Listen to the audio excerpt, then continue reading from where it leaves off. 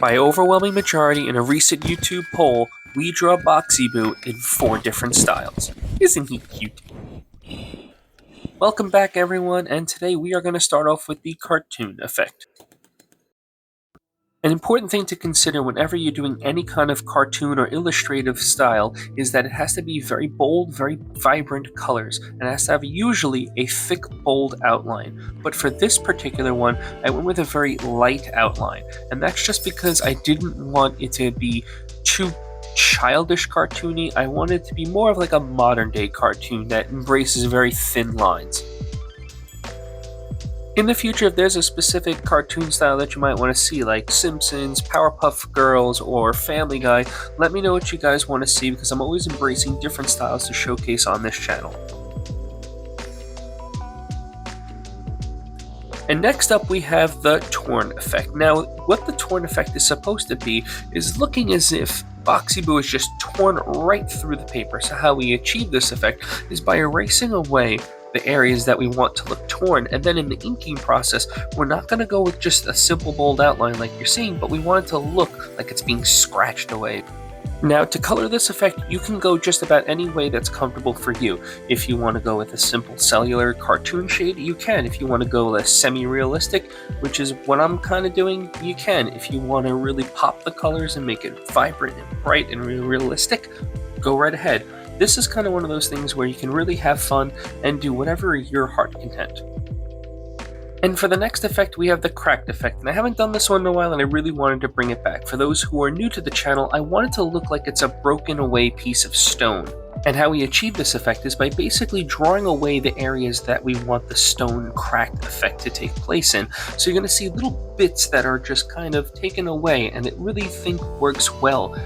Fans of the FNAF series and a lot of the other damaged effects that you'll see from some of the other Poppy Playtime characters, you'll see that they have little broken parts or pieces, so I thought it just fit really well for the character, much like the torn with the tear marks of the claws. So let me know what you guys think. Another great little tip when you're doing this effect, you want to make sure that it does have 3-dimensional shading, but you also want to add all the little crack lines from where all the pieces are missing.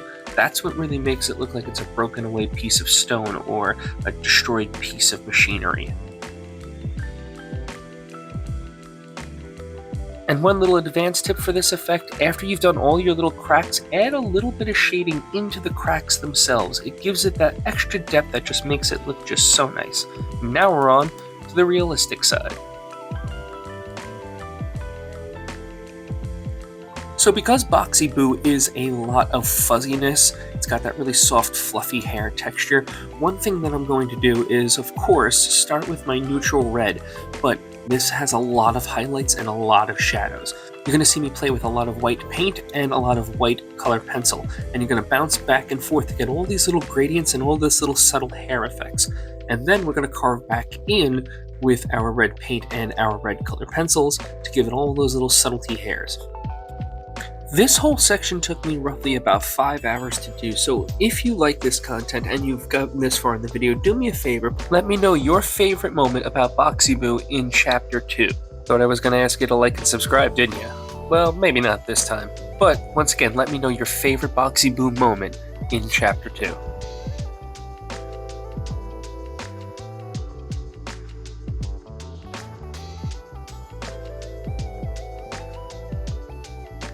There's always one moment in any intense drawing session or any really long drawing session that fatigue can sometimes settle in, and one of the ways that I always help to fight off the fatigue, if you will, is to usually have multiple things going on at the same time. So a lot of times I'll be watching YouTube or a streamer, and this will just help me to relax and often just stay focused. I get to kind of do my own thing, and if something interesting happens, I can pause off to the side, watch what's going on, and sit back and relax and just get into the flow of drawing again.